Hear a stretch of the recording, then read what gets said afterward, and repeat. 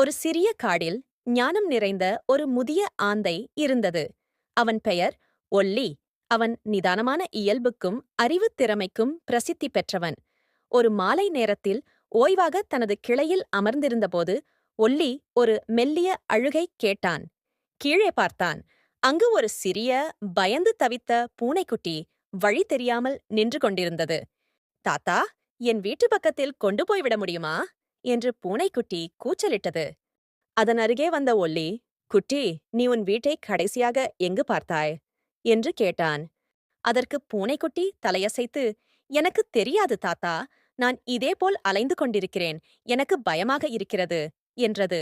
சிறிது நேரம் யோசித்த ஒல்லி பூனைக்குட்டியிடம், கண்ணை மூடி கொஞ்சம் நிதானமாக சிந்தித்து உன் வீட்டில் இருந்த வாசனையை நினைவுபடுத்திபாரு என்றான். பூனைக்குட்டி கண்ணை மூடி நிதானமாக நினைவு கூர்ந்து பைன் மரங்கள் மற்றும் பூக்களின் வாசனையை நினைவு கூர்ந்தது. அப்படி கண்ட அசைவுகளை ஒட்டி ஒல்லி பூனைக்குட்டியை வழிகாட்டி சென்றான்.